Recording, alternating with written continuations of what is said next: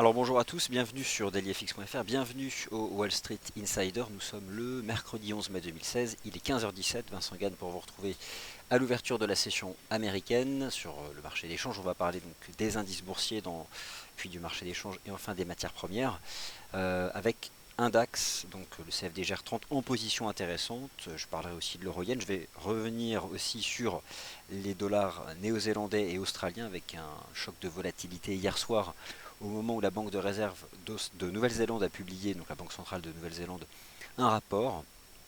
Moins dovish que prévu d'ailleurs sur le dollar néo-zélandais. Donc, est-ce qu'il effectue simplement un pullback sur la ligne de coup du double top? On va en parler. La UDNZD, j'ai pas changé d'avis. On est toujours dans une zone intéressante. Mais admettons que c'est quand même retombé depuis hier. Sous les yeux, sous vos yeux, donc l'avertissement sur les risques liés au trading. Trader sur marge comporte un risque élevé, ne peut être recommandé à tout investisseur car cela peut générer des pertes qui dépassent votre capital de trading. C'est un webinaire réalisé à titre purement indicatif. Alors, je pense donc que le son et l'image fonctionnent normalement. N'hésitez pas à me le confirmer parce que j'ai un petit message là qui précise quelque chose sur la couleur. Je voudrais être certain que ça fonctionne. Euh, Avant de passer donc au point de marché, rapidement deux choses. La première, le calendrier macroéconomique, assez léger aujourd'hui pour la session américaine. Tout de même, à 16h30, la publication, comme chaque semaine, des stocks de pétrole aux États-Unis. Donc, il y aura un impact sur le prix du pétrole. Je vais revenir dessus, sur l'analyse technique du pétrole. Et enfin, donc, cette épineuse question du dollar américain que nous avons soulevée depuis lundi. L'idée, c'est quoi? Donc, on a ici, vous êtes face au graphique du dollar américain DXY depuis le début de l'année en cours de clôture hebdomadaire, donc weekly charts. La séquence de baisse depuis le début du mois de décembre du dollar US et donc la semaine dernière une réaction sur un fort support. Alors réagir sur un fort support c'est une bonne chose, dépasser une résistance depuis une divergence haussière c'est autre chose. Et actuellement le dollar US n'est pas dans cette situation. Au final, avec le recul, il est coutumier de phase de retracement, mais il est dans une tendance baissière depuis le début de l'année, ce dollar américain, en lien direct avec les nouvelles anticipations liées à la politique monétaire de la Réserve fédérale des États-Unis, elle-même découlant directement des anticipations liées à l'activité économique aux États-Unis. Et pas forcément que cela, il y a bien sûr le cadre extérieur, ce que mentionne de plus en plus la Réserve fédérale. Donc, la semaine dernière, le dollar US, qui d'ailleurs en début de semaine cassait le support, clôture finalement en le préservant. Finalement, on est très proche de ce que le dollar US proposait ici en février ou encore en mars, une semaine de retracement. Et lorsqu'on regarde ce canal de baisse depuis le début de l'année, on réalise que le dollar US n'a pas franchi de résistance et reste toujours dans ce canal. Donc, à la question qu'on posait lundi et qu'on pose toujours, le dollar US a-t-il effectué un creux majeur en mai?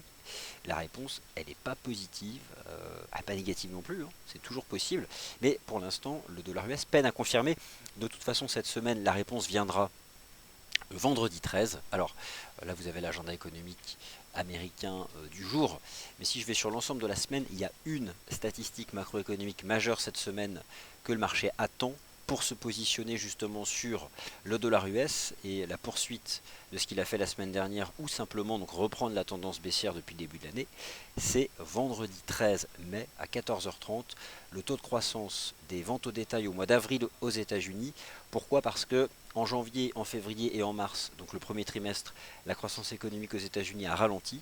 Reste que ce ralentissement ne doit pas se prolonger sur le second trimestre, sous peine d'évoquer donc un scénario de récession aux États-Unis. Le mois d'avril représente un tiers du second trimestre. Donc c'est pour cette raison que ces indicateurs d'activité ont une forte importance. Donc le dollar US, pour l'instant, n'est pas dans une situation de confirmation donc, de ce qu'il a fait la semaine dernière. On reste dans un scénario de simple retracement.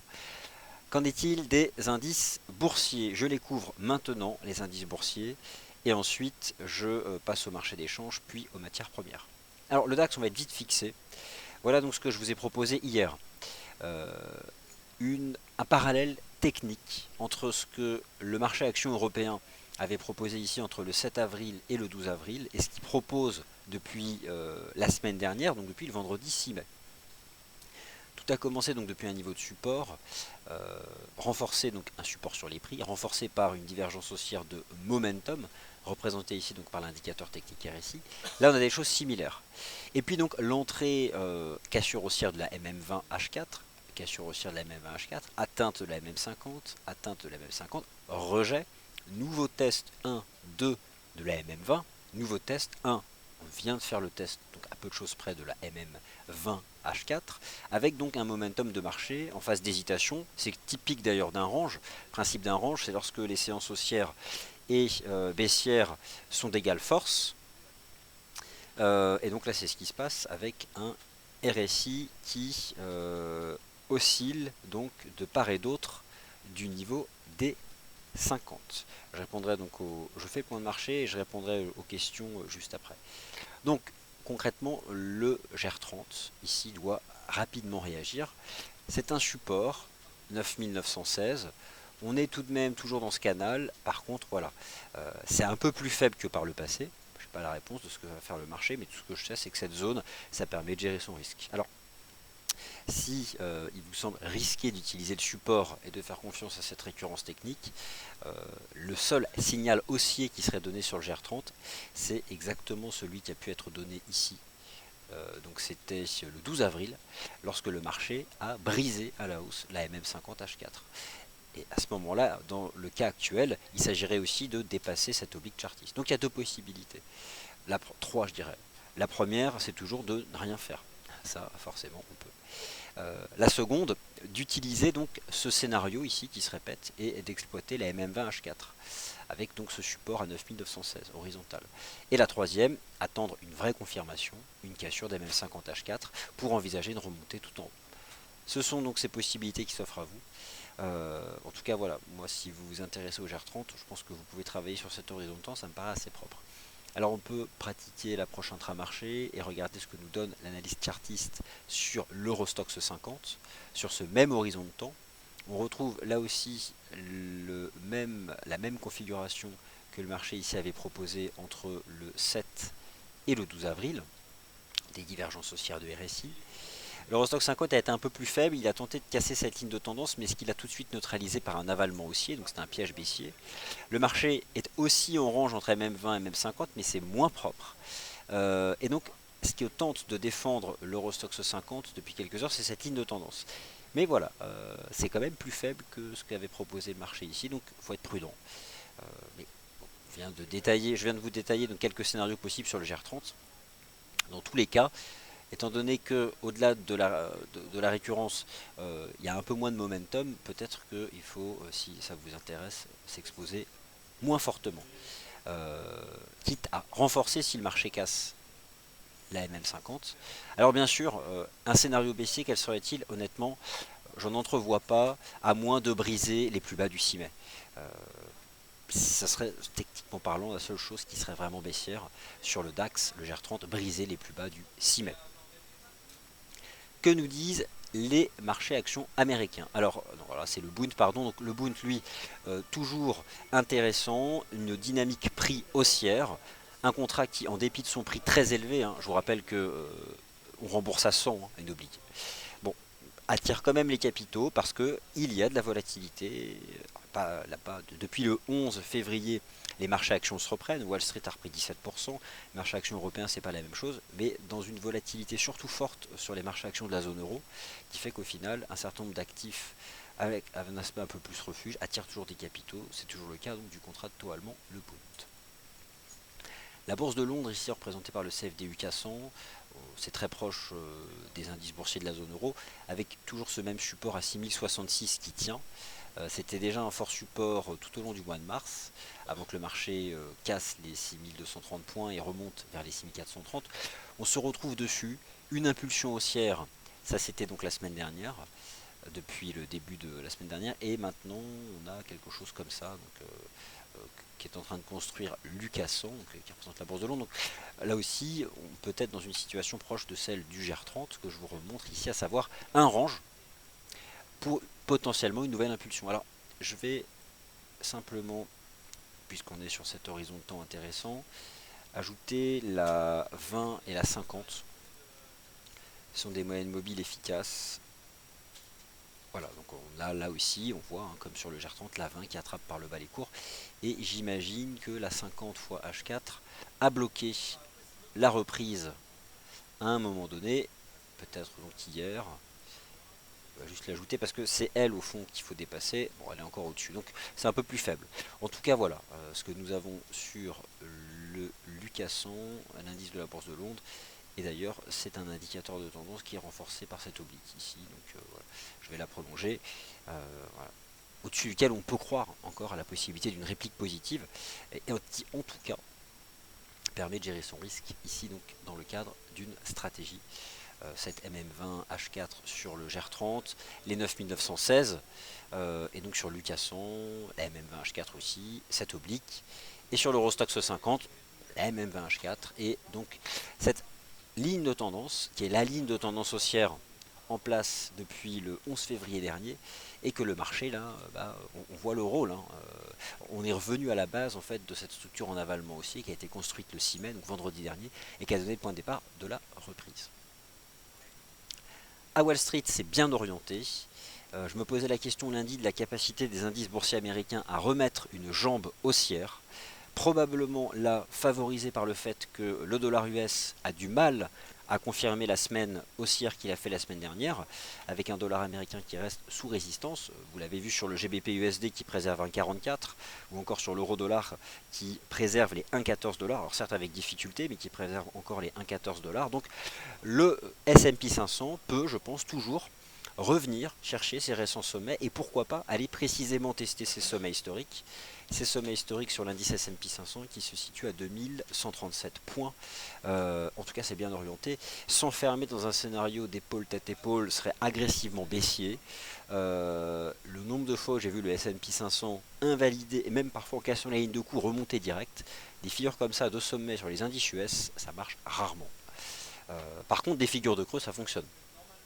Regardez ici donc le SP500 depuis 2014, il est dans un range entre 1800 points et 2140 points et on est toujours donc soutenu par cette base, puissante base que le marché a construit début février. Le double bottom sur 1810 points avec la superbe activation de la figure de creux, c'était le 1er mars pour un marché qui au total a repris 17%. Donc Wall Street toujours bien orienté, ici donc représenté par le S&P 500. On passe au marché des changes et ensuite aux matières premières et enfin je répondrai à vos questions.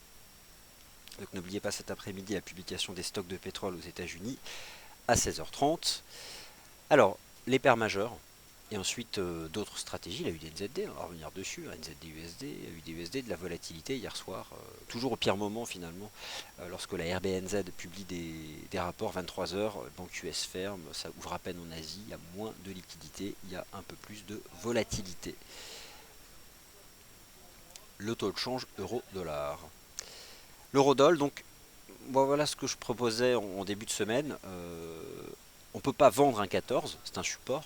Si on se remet en données hebdomadaires, c'est un support. En même temps, je mettais absolument pas en avant une stratégie positive sur ce niveau, avec une préférence éventuellement pour le GBP USD, mais en amont de la Banque d'Angleterre, parce qu'autant vous dire que demain, on attend beaucoup de publications de la part de la Banque d'Angleterre et ça va créer de la volatilité. Force est de constater que le taux de change euro-dollar préserve pour le moment les 1,14. Et ici, la MM20, pas d'opinion, pas de stratégie particulière, toujours dérangé par ce qu'a fait la semaine dernière l'eurodoll. Et autant vous dire que l'eurodollar a fait une shooting star weekly, et s'il ne la confirme pas, si le marché remonte, il n'y a pas de signal de baisse. On peut parfaitement remonter tout en haut. Mais la question de l'euro-dollar cette semaine, c'est aussi la question du dollar US qui pour moi reste incertaine. J'ai besoin de la culture hebdomadaire, donc je ne me prononce pas. Le GBP USD défend depuis 3 jours 1,44 $. Alors 1,44 $, c'est beaucoup de choses. C'est un support chartiste. C'était plus ou moins le point d'extraction haussier de cette structure de creux en épaule tête épaule inversée. Et puis vous avez là donc sur ce graphique en données journalières l'indicateur technique Ishimoku qui montre que le niveau de chartiste des 1,44 est renforcé ici par la Kijun qui fait donc support. Là aussi, je ne proposais pas forcément une stratégie positive sur 1,44. Le seul avantage, c'était qu'on pouvait gérer son risque sous le plus bas du 9 mai. Pour l'instant, ça tient. Il est vrai que le RSI D1 tient 50. Donc finalement, met toujours en meilleure représentation relative les variations positives, mais je reste toujours prudent sur le GBP USD, surtout avant la BE. Cette semaine sur la Banque d'Angleterre, sur le GBP, mieux vaut ne pas faire grand chose. L'USD Yen a donné un signal technique positif le 9 mai. Il a bien confirmé, il s'est bien repris. Bon, maintenant, je pense qu'il fait une petite dérive latérale, une consolidation. On peut même éventuellement essayer d'attraper. Bon, non, ça c'est un peu exagéré. Je vais descendre en données 4 heures. Voilà, le signal technique positif alors, sur l'USD Yen qui était déjà soutenu en D1 hein, par cette, alors pas une divergence haussière, mais une contradiction positive de momentum. Si je retourne en données 4 heures, on a donc le signal technique positif qui a été donné ici, sur ce chandelier du 9 mai. La réintégration des 107,66 qui était le précédent plus bas qui a été repris. Le marché a bien accéléré. Je pense que là on est dans une phase de retracement, de pullback, de dollar US un peu sous pression. Le marché peut revenir sur cette ligne de tendance. En tout cas, il a bien donné. Moi à la base, je visais ce point-là. Les 129, les 109,30 qui était donc le point de décrochage de la Banque centrale du Japon. Rappelez-vous la déception de la BOJ, donc le 28 avril dernier. Le marché l'a rejoint. Il y a des intérêts vendeurs puisque c'était le point de décrochage lié au fait que le 28 avril dernier, il y avait beaucoup d'attentes sur de nouvelles mesures monétaires de la Banque centrale du Japon qui finalement n'a rien engagé. Donc on se replie. Jusqu'où? Écoutez, je n'ai pas la moindre idée. Je vais juste simplement faire deux choses. Tracer une ligne de tendance sur le momentum, je pense que celle-ci ne va pas tenir. Le marché va se replier ou éventuellement faire un petit range, quelque chose comme ça. En tout cas, on vient de connaître une jambe de hausse intéressante. Si le marché se repositionne sur 107,66, ce serait le point parfait. Puisque je reviens ici en données journalières, on le casse. Revenir se poser là, ce serait intéressant. Bon, pour le moment, on est dans une dynamique de correction, de repli. Je ne serais pas surpris même qu'on revienne taper 108,20. Trop tôt pour réenvisager de se placer. Le marché peut carrément revenir tester cette zone-là. Pas de conviction plus que cela à court terme, hormis le fait qu'on peut se replier davantage. Le NZD USD, épineuse question. Pour le coup, qu'est-ce qu'elle est difficile cette paire de devises. Donc le NZD USD est entré dans une configuration de double top. Bon, sous 0,7050. Il casse la ligne de coup qui active la figure de sommet le 9 mai. Il baisse jusqu'à 0,6716. Sauf que, en toute honnêteté, si moi je reviens sur ce qui pouvait être visé en tant qu'objectif théorique, donc je m'intéresse au 0,618, ça nous donnait, et puis un niveau de chartiste ici, 0,6667. Donc un niveau de prix que le NZD-USD n'a pas atteint. Hier, la RBNZ publie quelque chose nettement moins dovish qu'envisagé par le marché. On s'est fortement repris. Et en fait, depuis la session européenne, on travaille la ligne de cours. La ligne de cours en cours de clôture, c'est 0,6822.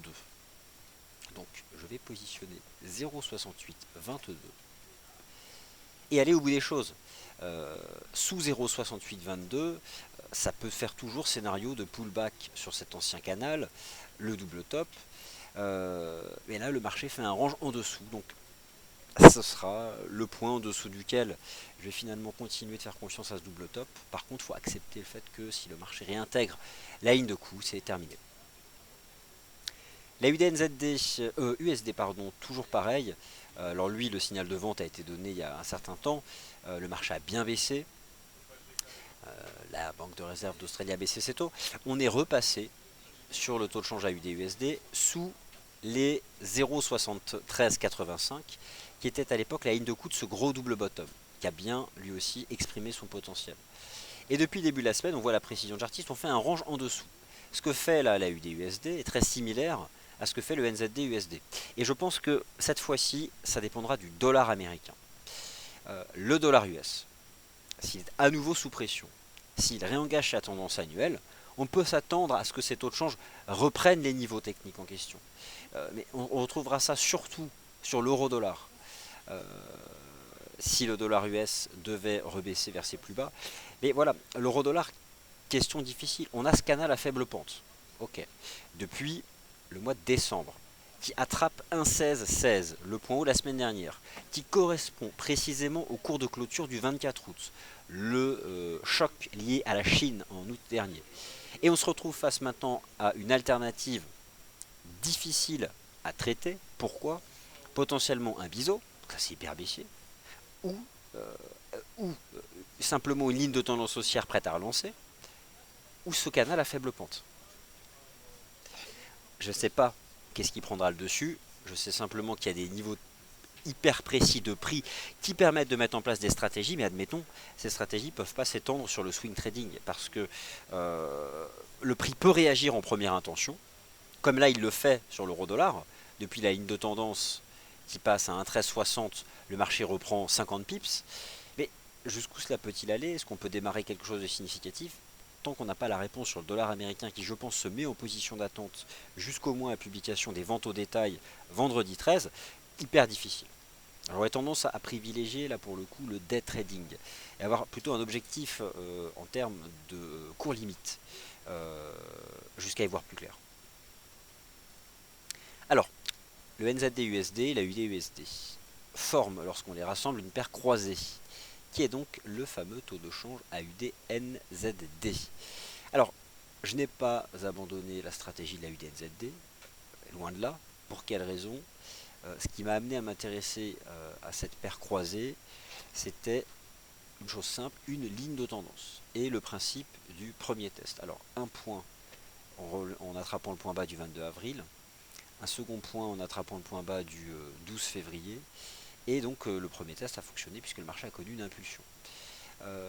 Tentative de remontée, j'envisage quelque chose comme un 0,980, allons en H4, que se passe-t-il? La première jambe de hausse d'hier, j'applique un retracement, et on l'a retracé à 61,8. Alors, profond retracement sur la UDNZD, sur les paires croisées ça arrive souvent, mais pour le coup, la ligne de tendance principale reste préservée, le marché tente à nouveau de redémarrer.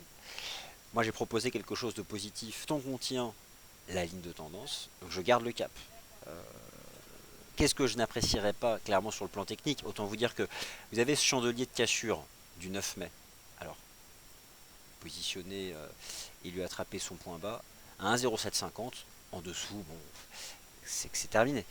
Donc à très court terme en H4, c'est intéressant ce que fait le marché, ça ressemble au GR30 d'ailleurs, regardez en H4, le marché s'est mis en range, encore une fois entre ces deux moyennes mobiles simples, qui décidément sont efficaces, la moyenne mobile à 20 périodes ici sur l'horizon de temps 4 heures en bleu, et la moyenne mobile à 50 périodes ici, donc en rose sur l'horizon de temps 4 heures. On s'est mis en range à l'intérieur, ce qui serait vraiment positif, ce serait de refranchir la 50, et là on repartirait en direction donc de nouveau plus haut, enfin en direction donc des 1,0920, peut-être 1,0950. Donc je vais y croire, et ce tant qu'on se maintient au-dessus des 1,0750. Bon, et puis si on est plus agressif, tant qu'on se maintient au-dessus des 1,0795, plusieurs façons de vouloir gérer son risque. Mais en tout cas à court terme, j'insiste donc sur ce range qui se crée entre ces deux moyennes mobiles. Et on voit que depuis l'ouverture de la session européenne, c'est ça que le marché défend. Euro-GBP, décidément, c'est toujours très intéressant. On a encore ce range entre 0,7860 et 0,7950. Le marché tient encore 0,7860. Moi j'ai proposé de garder le cap positif tant qu'on tient 0,7860. Bien sûr, il faudrait dépasser 79,50 pour viser 0,80. Je vise 0,80 depuis la fin du mois d'avril. Pour l'instant, tant qu'on est au-dessus de 78,60, j'y crois. Et enfin l'euro-yen, intéressant lui aussi. Triple bottom, non, double bottom, double creux. Double creux sur le taux de change euro-yen. Un creux, deux creux, avec une divergence haussière en données 4 heures. La ligne de coup a été brisée lundi. Le pullback a été, allez, pas précisément, mais réalisé ce matin, donc en première partie de session européenne. Donc au-dessus des 123,27, j'envisage une remontée en direction des... on a cette ligne de tendance, si je la projette en verticale, allez, on va dire 125 parce que c'est un chiffre rond, mais éventuellement on pourrait prolonger jusqu'à la ligne chartiste qui à présent passe sur 125,50. En tout cas, le marché tout à l'heure s'est mis en position intéressante pour la gestion du risque en établissant un creux sur 123,59, donc en prenant la partie haute de la ligne de coup à 9 pips. Le marché a effectué un pullback, un mouvement de retour à 9 pips. Ça m'intéressait en début d'après-midi et ça m'intéresse toujours. Avec donc derrière, je pense que le marché tient cette zone, la ligne de coup du double bottom, que ça puisse repartir davantage. Alors, les matières premières et ensuite je réponds à vos questions.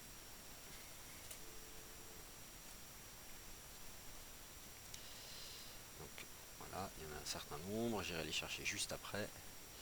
Alors l'US Oil, la situation technique est invariable depuis le début de la semaine. Le marché tient 42. J'ai hier proposé quelque chose de croire à la capacité du marché à repartir à la hausse tant qu'on tient 42, 40, 42 avec cette div H4. Je m'intéressais aussi beaucoup au Speculative Sentiment Index sur l'US Oil avec un début de forte hausse des positions short. Le marché tient. Cet après-midi, c'est les stocks de pétrole, donc on sera vite fixé. Il est difficile d'avoir un scénario baissier sur le pétrole tant qu'on n'a pas pris connaissance des stocks de pétrole qui seront publiés cet après-midi aux États-Unis, et surtout du fait qu'on a eu depuis le début de la semaine des éléments qui auraient pu le faire baisser, du news flow, provenance notamment de gros pays producteurs de l'OPEP, qui n'a pas trop mis sous pression le marché. Donc au-dessus de cette ligne de tendance, avec cette configuration ici que l'USO est en train de construire, et tant qu'on tient 42 $, eh bien moi je vais continuer de défendre la capacité de ce marché à redémarrer. Et enfin donc l'once d'or, étonnamment, et parce que justement le dollar américain a du mal à confirmer et reste finalement sous pression, a tenu son tout premier support. En données journalières, j'avais mis hier des réserves, j'avais préféré l'US Oil, mais je dois admettre que c'est, regardez, le tout premier support, 1258, MM20 jours, MM50 jours en moyenne arithmétique qui ont relancé la dynamique, l'once d'or redémarre. Le RSI reste au-dessus de 50, ça reste aussi avec un dollar US qui est sous pression légère. Alors, donc je repasse sur le Forex et maintenant je me dirige vers vos questions. Donc, l'euro-yen, j'en ai parlé. Alors, mon avis sur le Nasdaq 100. Alors, ok. Donc l'euro-yen, pour répondre à une question de Pado, vu sur l'euro-yen, donc voilà, pour moi on a effectué le pullback sur le double bottom, sur la ligne de coup double creux, donc je pense qu'on a fait une jambe de hausse, un retracement, que ça peut redonner quelque chose d'intéressant. Tant qu'on tient 123,20, je vais viser cette semaine le niveau des 125 yens sur le taux de change euro-yen. Alors le Nasdaq 100, donc je vais aller chercher la disposition graphique sur les indices et je vais y répondre. Alors, il n'est pas là, je vais l'ajouter tout de suite. Comme ça, on va repartir sur quelque chose de vierge.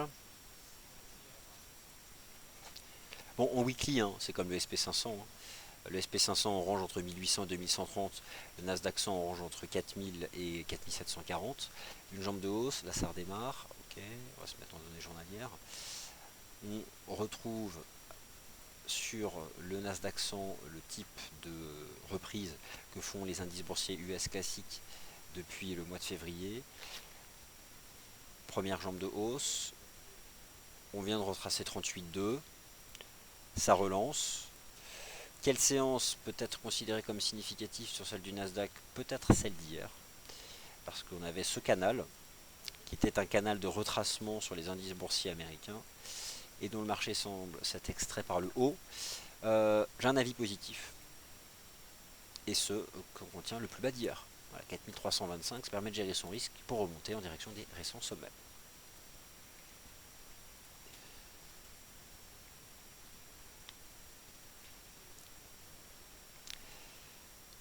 Alors je vais repasser sur la disposition graphique du FX. Je vais passer en vue l'euro-dollar. Bon, qui tente quelque chose, mais c'est surtout le dollar US là. Mais c'est pas non plus.